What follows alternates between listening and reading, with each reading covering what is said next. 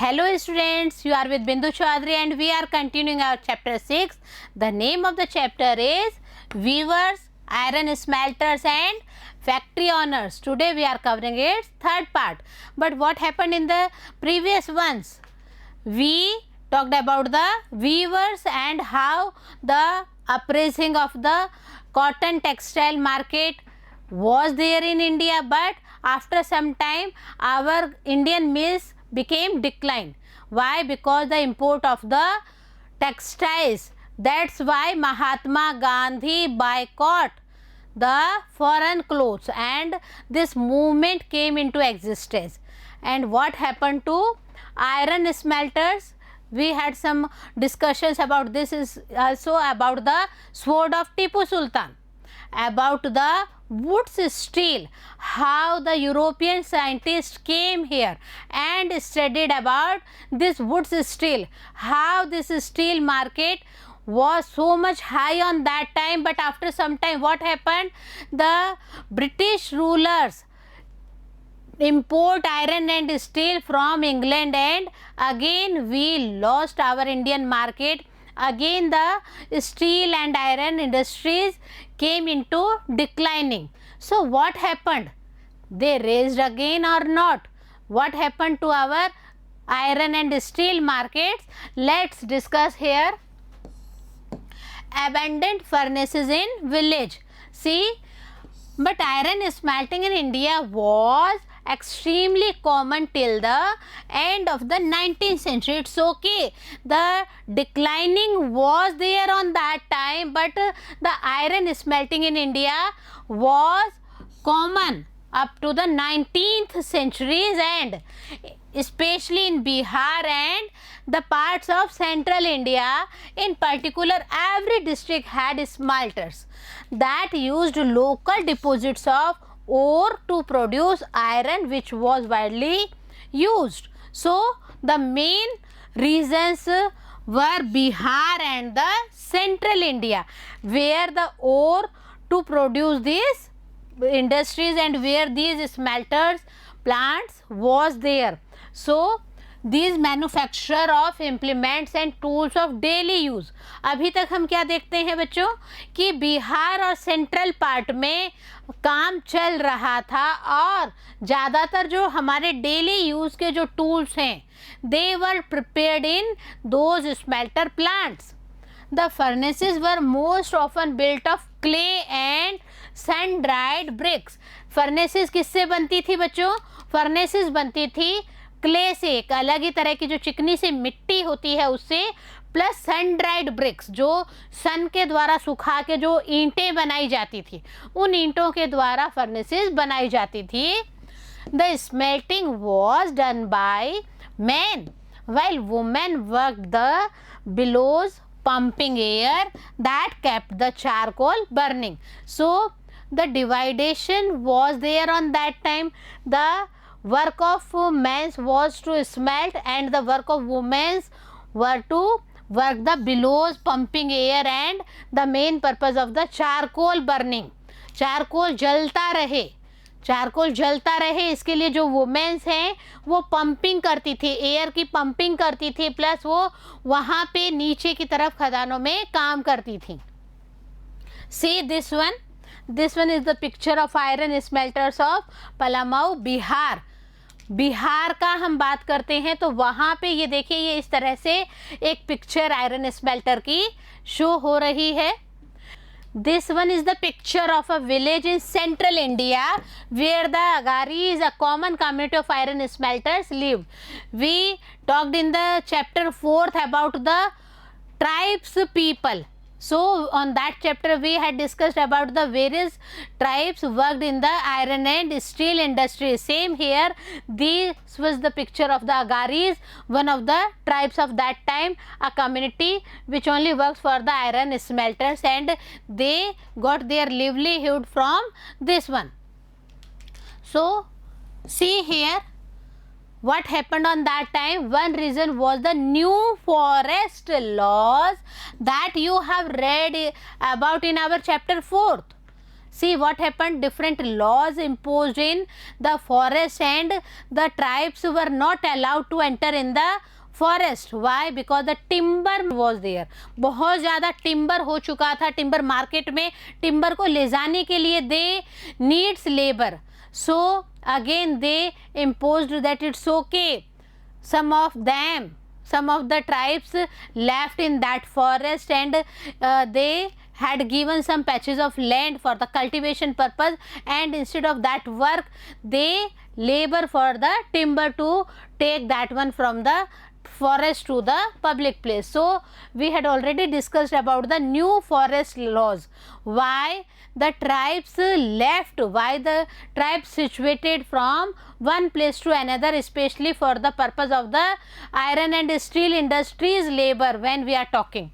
So here, when the colonial government prevented people from entering the reserved forest, how could the iron smelters find wood for charcoal? Charcoal के लिए woods की भी ज़रूरत होती थी, पर जो नया फॉरेस्ट कानून आ गया था, उस नए फॉरेस्ट कानून में एक तो उन्होंने क्या किया था कि जो भी ट्राइब्स हैं they were not allowed to enter in the developed forest. Another reason is when they were not allowed to enter in the reserved forest, then how iron smelters got the wood for the purpose of the charcoal burning. This was the main issue there. So where could they get iron ore? तो जब आपके पास में charcoal burning के लिए iron बनाने के लिए woods ही नहीं होगी तो किस प्रकार से जो आयरन ओर है वह प्रिपेयर होगी, किस प्रकार से आयरन मार्केट जो है वह डेवलप्ड रहेगा.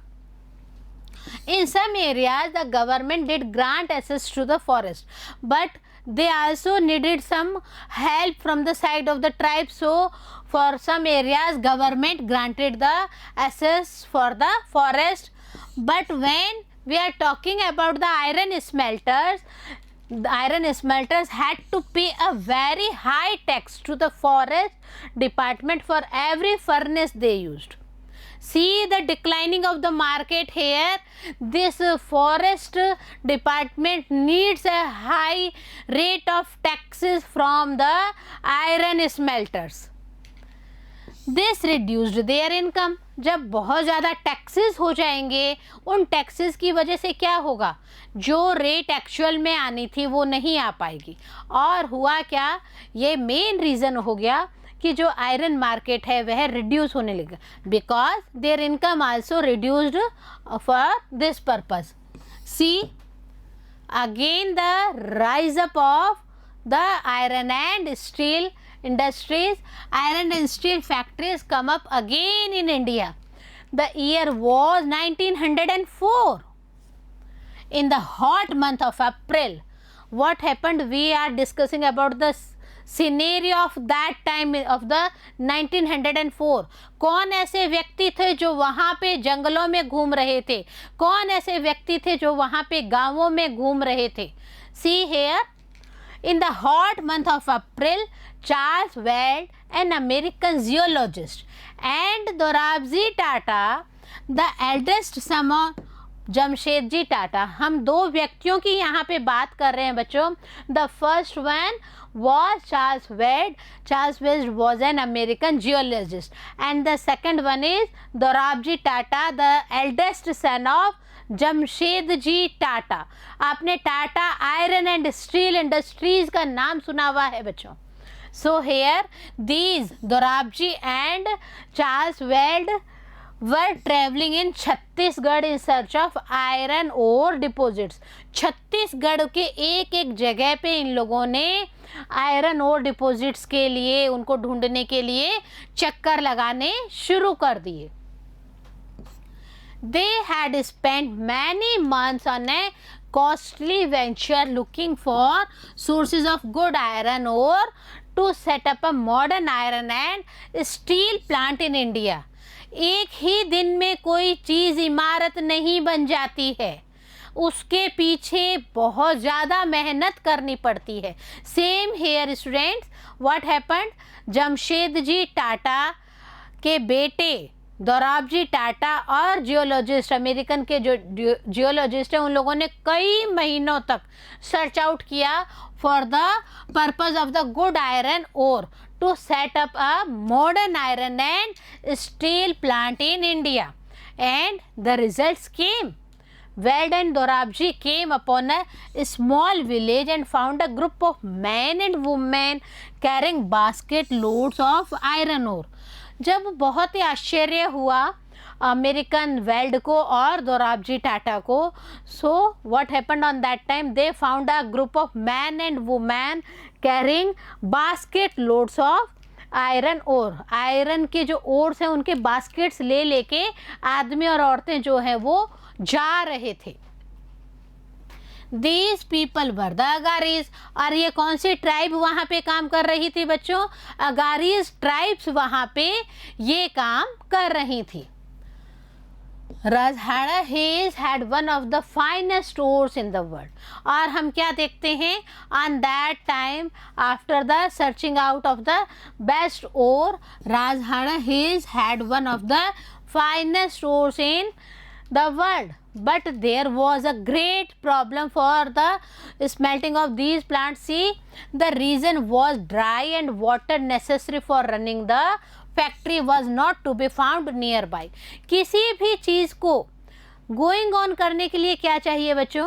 पानी बहुत ही ज़रूरी है. But the main problem there was that the place, the region was dry and the facilities of the water were not there. So this is the main ruining of the factories there. A few years later, a large area of forest was cleared on the banks of the river Subarnrekha to set up the factory and an industrial township Jamshedpur. अब काफ़ी खोजबीन की गई, काफ़ी जगह घूमा गया दोराबजी और वेल्ड के द्वारा, एंड पानी नहीं मिल रहा है उनको जगह जो है वो बहुत ड्राई है पानी ना होने की वजह से. So they searched out again and again and after few years a large area of forest was cleared for the purpose of the industrial township, and the name of the industrial township was Jamshedpur, which was on the banks of the river Subarnarekha. Here there was water near iron ore deposits. जब नदी किनारे ही plant लगाया जा रहा है जमशेदपुर में, understood है, proper water supply was there. So this was the main reason of the iron ore deposits in Jamshedpur. The Tata Iron and Steel Company, TISCO, that came up began producing steel in the year 1912. हमने 1904 में बात की थी कि वो जंगल वो गांव में ढूंढ रहे थे बच्चों. But what happened? The results came, and the results came as Tata Iron and Steel Company, TISCO, which came into existence in the year 1912 for the production of the steel. See this one. This one is the picture of the Tata Iron and Steel factories on the banks of the river Subarnrekha in the year 1940. 1940 तक इतना अच्छा रूप ले चुकी थी. इधर नदी है और नदी के आसपास आप देखिए ये सारा जो है स्टील इंडस्ट्री डेवलप हो रही है. TISCO was set up at an opportune time. बहुत ही अच्छा समय स्टील मार्केट के हिसाब से था. All through the late 19th century, India was importing steel that was manufactured in Britain. Before this industry in Jamshedpur, what happened? The most of the part of the iron and steel was manufactured in Britain and imported by India for the purpose of the use of this iron and steel. But after the plantation, after the TISCO in the year 1912, expansion of the railways in India had provided a huge market for rails that Britain produced. यहाँ पे हम क्या देखते हैं, Britain का जितना भी steel और आयरन और आ रहा था, India was the main market for that one, because that imported material was ruled or used by the railways for that time. For a long while, British experts in the Indian Railways were unwilling to believe that good quality steel could be produced in India, because that was the main thinking of the mind of the Britishers. They only thought that the Britishers had the main qualities of iron and steel industries of that time, so they import iron and steel for the purpose of the railways. And they thought that British experts had the view that Indian railways were unwilling to believe for the purpose of the pure good iron and steel, that the good quality of steel was not produced in India. So they only needed a import market of the iron and ore from Britain. See here, when we are talking about the October 1919 expansion at the end of the war, वार के बाद में ऐसी बड़ी बड़ी buildings, बड़ी बड़ी industries जो हैं वो खड़ी होने लग गई थी. In the year 1914, the first world war broke out. पहला विश्व युद्ध शुरू हो चुका था. Steel produced in Britain now had to meet the demands of war in Europe. So, first of all, the iron and steel was imported by the Britain to India, but later on, this steel of Britain had new market or new demands in the Europe also for the purpose of the war. So imports of British steel into India declined dramatically, and the Indian Railways turned to TISCO for supply of the rails. So this one is the reason why TISCO got the development of their industries for the iron and steel purpose, because the ore or steel which was imported by the Britain was there, but after the breakout of the First World War, the Europe also needed the same for the purpose of the war. So the import of British steels came into declining, and that is the main purpose the Indian Railways turned to TISCO for the purpose of the rails. They needed iron and steel.